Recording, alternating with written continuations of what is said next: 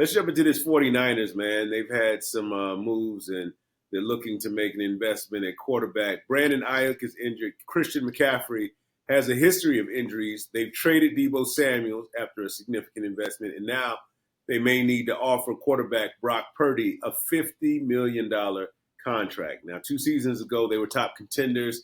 They had an offense that everybody knew, as well as a coaching staff. What do you think led to this shift? And is Brock worth $50 million?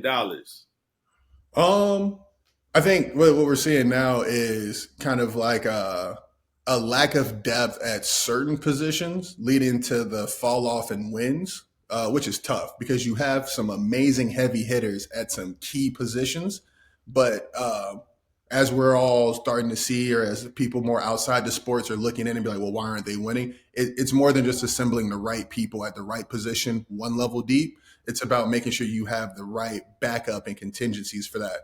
And so what we saw today was a little bit of lack of synergy on that from like the GM and building of the team. But each individual piece is great. Even Christian with his experience with injuries and the whole team really on offense and defense. And then you trading away a major piece like that.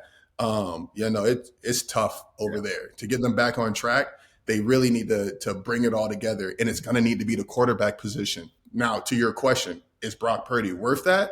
I want to say yes, because when he had nothing to like going for him, when he first came in the position he came in at, he made the most of it. Yeah. And just because his name is now more well known, he's the face of it, and he's starting to see some struggles, I don't think he's not worth it anymore. You know what I'm saying? So I would give him a chance. And if I was a team, I would go for like a 3-year deal ish. You know what I'm saying? Right. Like a 2 improve it, draft a quarterback.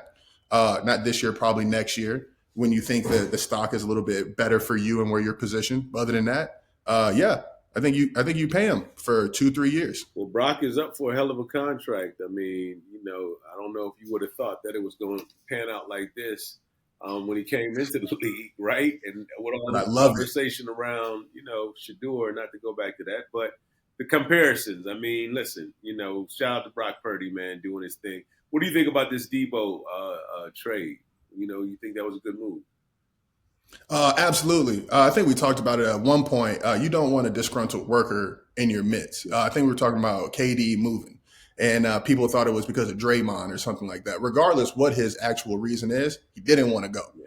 And so to that point, if a guy wants to leave, like Myles Garrett now, you got it. You got to, or else you have an angry person in your midst who's not going to help you win. So to that point, my man wanted out and he got out, and it looks like he landed in a pretty decent spot. Yeah.